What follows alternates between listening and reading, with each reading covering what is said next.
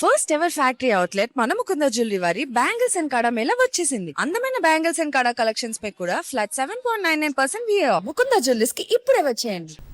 కాల్పుల విరమణ ఒప్పందం అమల్లో ఉన్నప్పటికీ లెబనాన్పై దాడులను ఇజ్రాయెల్ కొనసాగిస్తూనే ఉంది.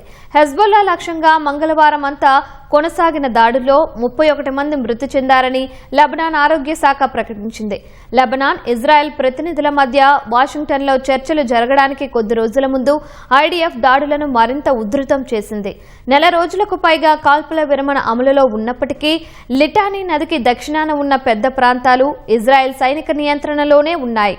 నదికి ఆవుల వైపు ప్రాంతాలైన తాజాగా ఇజ్రాయెల్ దాడులు చేస్తోంది. రాత్రికి రాత్రే దక్షిణ లెబనాన్, తూర్పు బెకా వ్యాలీ ప్రాంతాలలో 100కు పైగా హెజ్బొల్లా స్థావరాలపై దాడులు చేపట్టినట్లు తెలిపింది. మష్కరా గ్రామంపై జరిగిన ఒక దాడిలో 12 మంది మరణించినట్లు లెబనాన్ ప్రభుత్వ ఆధ్వర్యంలో నేషనల్ న్యూస్ ఏజెన్సీ పేర్కొంది. మరోవైపు ఇజ్రాయెల్ దళాలపై రాకెట్, ఫిరంగి, డ్రోన్ దాడులు చేసినట్లు హెజ్బొల్లా తెలిపింది. నది ఒడ్డున జరిగిన దాడులను తాము తిప్పికొట్టినట్లు వెల్లడించింది. తమ ఉత్తర పట్టణాల్లో ప్రజలకు హెజ్బొల్లా వల్ల ఎలాంటి ఉప్పు లేదని, నిర్ధారణ అయ్యే వరకు తాము వెనక్కి తగ్గబోమని ఇజ్రాయెల్ చెబుతోంది.